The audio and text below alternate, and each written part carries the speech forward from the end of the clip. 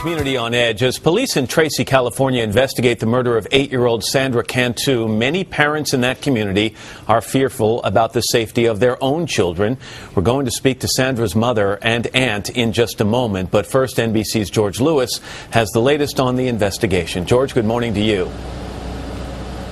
Good morning to you, Matt. Here at the mobile home park where Sandra lived with her family, the memorial to Sandra has been taken down because of the threat of inclement weather. The stuffed animals donated to charity, as people here ask the police to bring her killer to justice.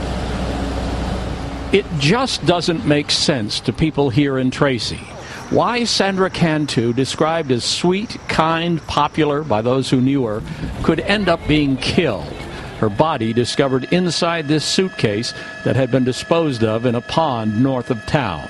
It's just sad that somebody would think so despicable to kill this little girl. I mean, that's crazy. It's insane. There's a monster out there. He's got to be apprehended. That feeling is echoed by many in this community who want Sandra's killer or killers caught. We feel a great deal of pressure. We want to find who is responsible for this, but we don't want to rush to judgment. At the Baptist church where police and FBI agents served a search warrant on Tuesday, church member Fred Williams was locking up after investigators left. They're doing their thing and what they're trained to do, right? You know, and they're going to hopefully they find the person that did it. And police will not say why the church, now a tourist attraction, figures into their investigation.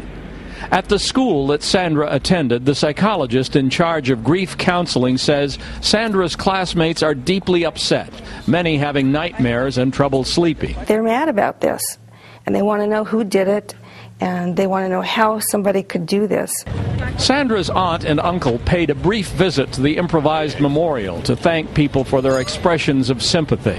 Let's go. I can't do this. But overcome by emotion, they cut the visit short.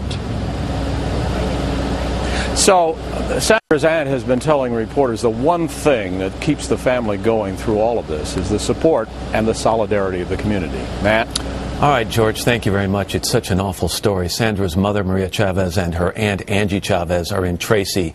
Ladies, good morning to both of you, and please accept my sincere condolences. Thank you. Maria, I know it was important, although excruciatingly hard for you to appear this morning. You wanted to be able to speak about your daughter. Can you tell me about Sandra?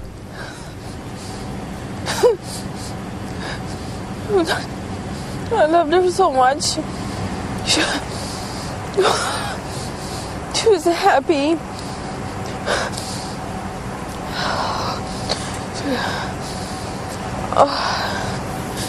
Angie, maybe you can give maybe you can give Sandra a second, Angie, and maybe you can help fill this. And I know she had just such an amazing smile. She's described as sweet and kind and popular. She liked Hannah Montana. She liked to cook. Tell me more about her. Oh, she was so fun-loving and just full of energy, full of life. Like you said, she loved Hannah Montana. She used to sing Best of Both Worlds all over the house, and color and garden. She loved to cook. In fact, the last time that I saw her, she helped me make breakfast. We took the kids down to Disneyland, and first ride she wanted to go on was the Matterhorn, and at 4 years old I thought that was pretty incredible. Pretty brave. She and her sister screamed the whole way, but she wanted to go on it again. Maria, are you okay to talk? I want to make sure you're all right. I don't know. Let me try to just ask this, Maria, and if not, Angie, you can jump in here. I mean, clearly you must have asked since Monday when you got this terrible news that her body had been found. Who could do something like this in a small community? Have you come up with any answers as to what may have happened?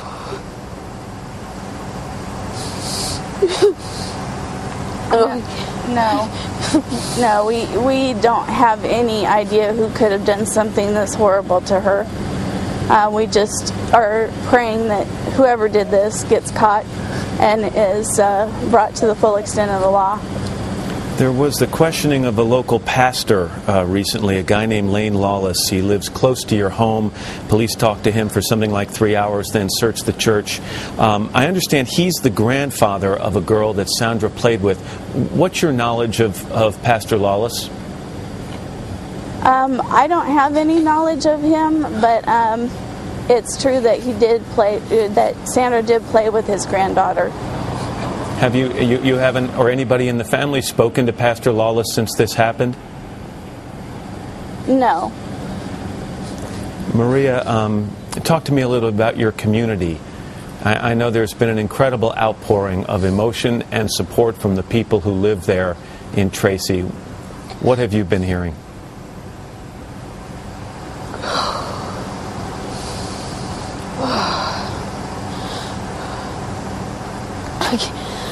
That's okay. The community has been just so generous and loving. We've had meals brought to us every day. There was a huge memorial out here, from what I understand, second to Princess Diana, which talks to the testament of this community and the support that they've been giving us.